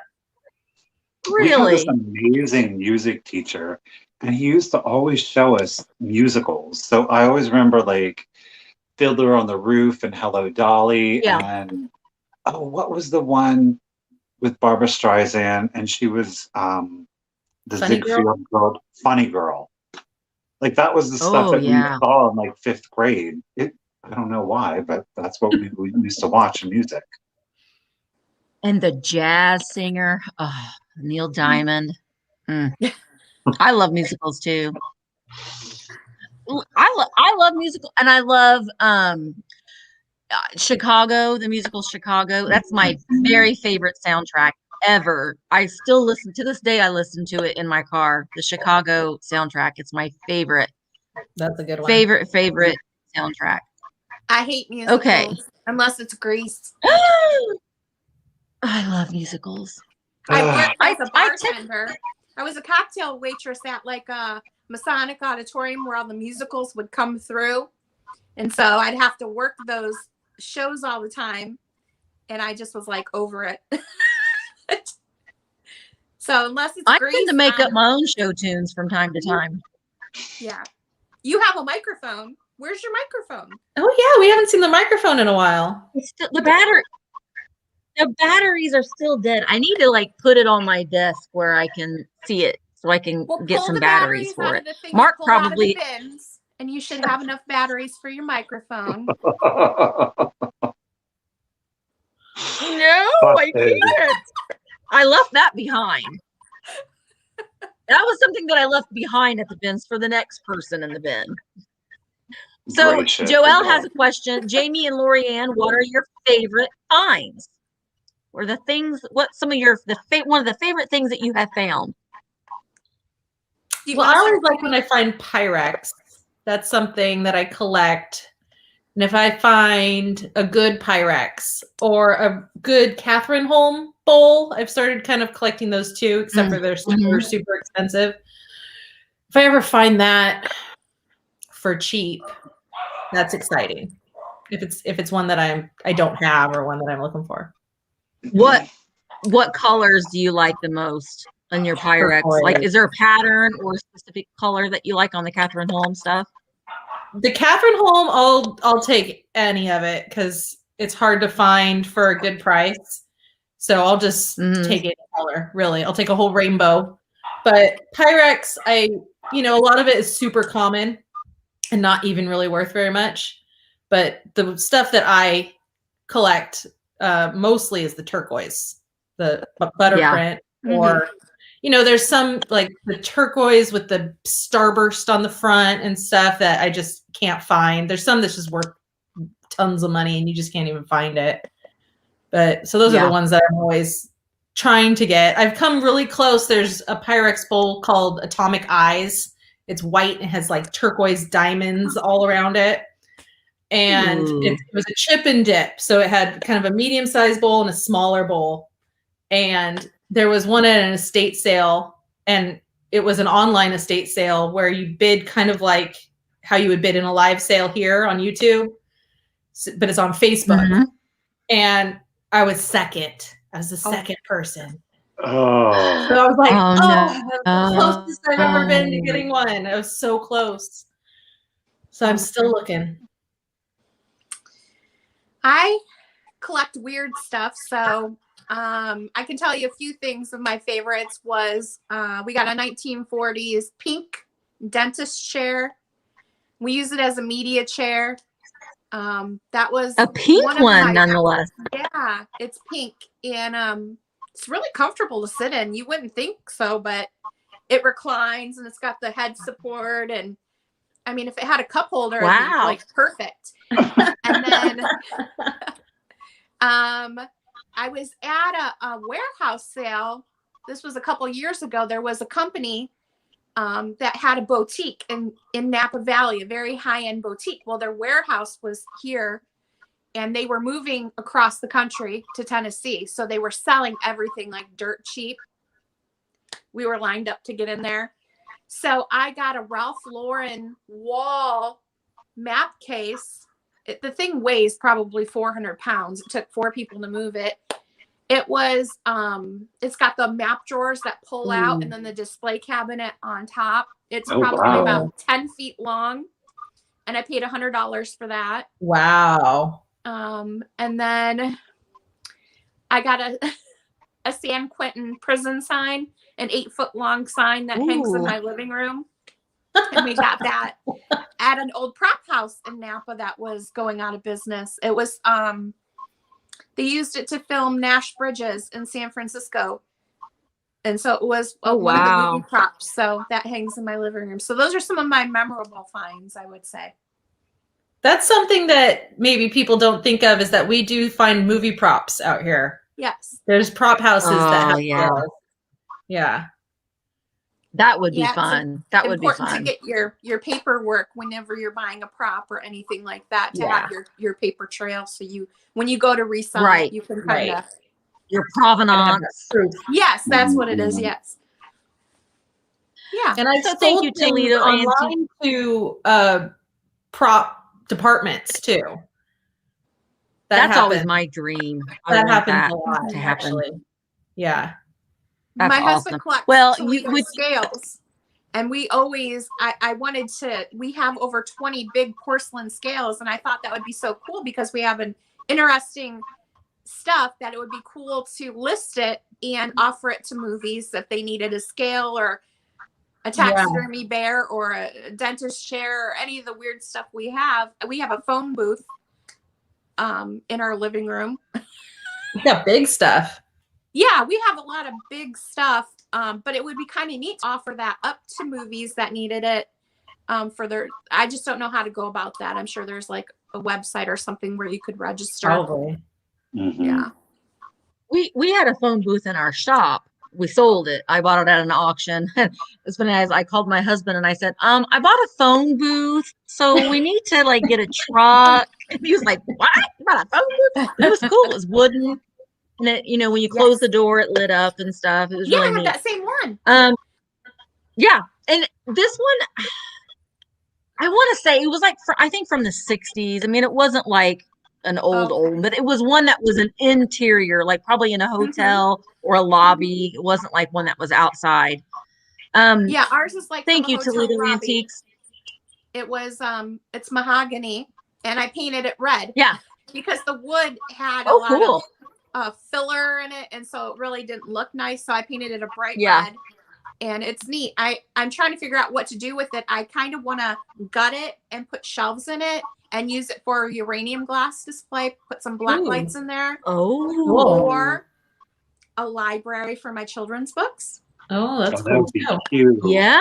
Yeah. So if you have any cool ideas, let me know in the comments what I can turn that into, because I like the it's uranium glass idea. I think that would be unique. the only issue Really is that fun. it's wood, so you can't see through the sides. You can only see through that little door on the front. So, but Yeah. that's my That's thing. I true. like to repurpose old things and give them a new life. I like to use the old Yeah. trucks that you get to put stuff in the bed, like my vintage, what is that called? The little clicky thing that you look through, the little Viewfinder? Viewmaster? Yeah. Viewmaster. I have a collection of those, and I put them in the pickup truck, and, just find a new life and keep the history of the item, but make it purposeful for now. Like old spools. What are you going to do with these old big spools? Well, you use them to layer on your vignettes, or, Yes.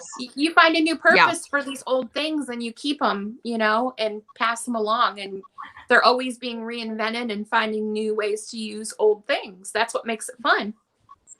Yeah, it is. But I like seeing that in people's displays is using something that was once like used for a purpose or like a utilitarian purpose, and you're using it in your display. So I think that's really an interesting thing to see. It's a conversation starter, I think, sometimes too in your displays when you have people over.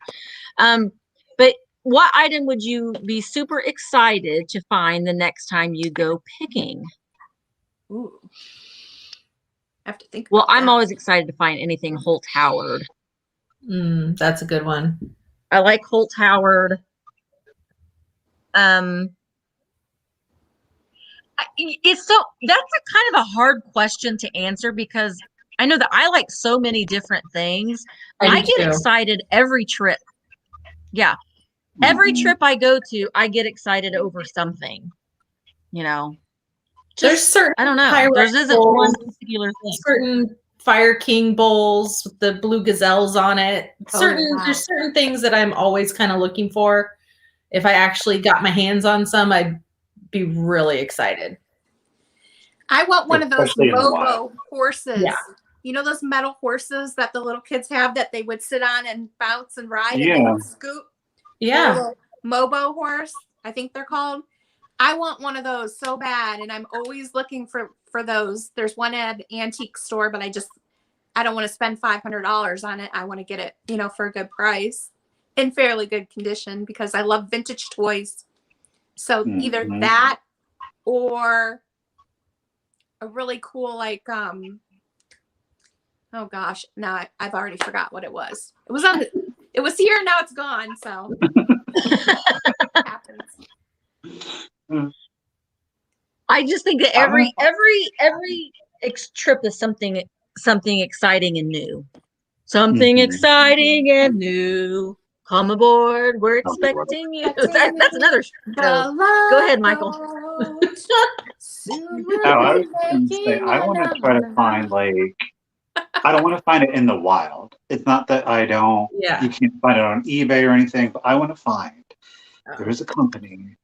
And I wouldn't mind finding Ernst Wallace, but I really want to find a Saxony vase where they're like these super ornate, like very organic, typically like a greenery almost, and then they have like figurines that are applied onto them. They're just so like over the top, like early 1900s. And I want to find one, and I want to find one in good condition in the wild. Like that is like a grail item that I want to find. Yeah. Hi, Nate. Really? Hey, Nate. Natey Potaty. Natey Poo. Well, like I mean, one of the things that I got today when I was She didn't even know she wanted that so bad. I didn't even know this existed. Yeah. A Liberace doll, and he's got his walking stick. That's too much. Look. He's got a cape. Is he fully I love articulated? No, he's not. He's not articulated. But someone had said in the chat, I don't know. I'm not going to take his pants off and find out. We're just going to say probably You're not. going to peek later. He's She's probably gonna peek later. He's probably very much like the Ken doll. There might be a little something there, but he is very glittery, and his glitter gets all over me when I pick him up. Oh no, glitter's bad. Yeah, he's glittery.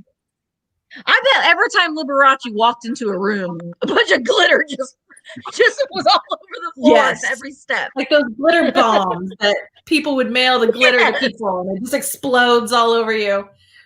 Right. Oh my God. Right. Just he walks into a room. But speaking of, I saw someone say fairy lamps. Now I am giving away a fairy lamp tonight. Oh yeah. And I already know Ooh. I think that there were over there were at least over 500 people that entered. So I knew I wasn't going to be able to do the random number thing live because it took me a little time to count. So that's the bad thing about doing this. But I'm giving away this uranium. It's made by Monster Glass. It's in excellent condition. It's like a little golden yellow. It is uranium. You probably can't even tell, but look at that glow. There you go. Ooh. And I don't know if she's in the chat, but it is Sassy Ladies Vintage. Sassy Ladies Vintage. Now, she's on Instagram, so I will send her a message. But if you are watching Sassy Ladies Vintage, congratulations. You are the winner. And I will just need all of your information so I can get this sent out to you. I can be adorable. super sassy. I can be sassy. It's close. Yeah, you could. You could. Sassy Sugarbritches. But that was for my 20,000 subscriber 20K giveaway is what I called it. So yay! It's really pretty. Thanks. Thanks. No, Jeffrey, you can't have it. Jolene says, that's my pen name. Yeah, so I gave away the fairy lamp, and I did it on Instagram. So if you're not following, I think all 4 of us have Instagram accounts. So make sure that you are following us on Instagram because we post a lot of content on Instagram as well. So if you just can't follow us on YouTube, there's more on Instagram. So make sure that you follow us on Instagram as well. And I love especially videos. I love making the videos. I'm gonna tell you, if I get a picture of one of you, I'm gonna you can send me your picture and I'll do a video for you. You make us hot, Lorianne. Sometimes they're hilarious. Like, and I like them because I'm the one of Jeffrey. Oh, look, there's Penny. Hi, Penny. This is Oliver. Aw. Ollie. Oh, that was Oliver? This is Oliver. This is the old man. Who knows? She's around here somewhere. Penny's more orange, isn't she? She's darker and she has a yellow white belly. And he's kind of more blonde. Aww. I can't remember what I was gonna say. Boy, this is great. Oh, I know what I was gonna say. Is I love those videos that you make, Sugarbritches, because I look so thin. I wish that was. I'm like, ooh, look what I'd look like if I was skinny. Like, look at my waist. Yeah, dancing with my skinny self. You are well, guys. This has been so much fun, and I always look forward to Monday nights.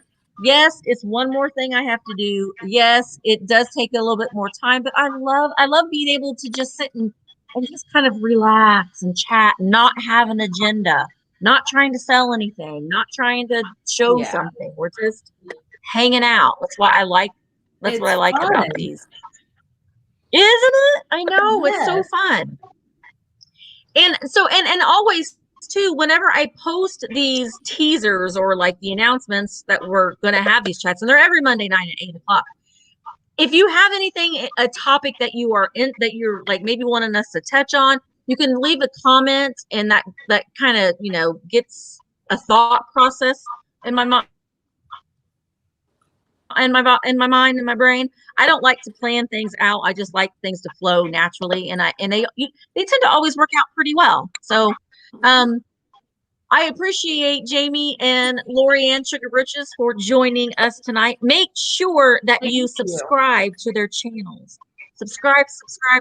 They are wonderful. They're fun, and show them some love and support, and subscribe to their channels. Also, Michael, the Cult of Vintage, subscribe to his channel as well, because he is going to be posting content. Okay, he is. It'll be a you just have to wait for it. Yeah, we it's just gonna pop in there one day because you find some cool stuff. So you he gotta does. let us know where the secret places are. Do you know what it is? Yeah, he does. Every single day. That's the key. Every day before work. I don't have a day to go sourcing.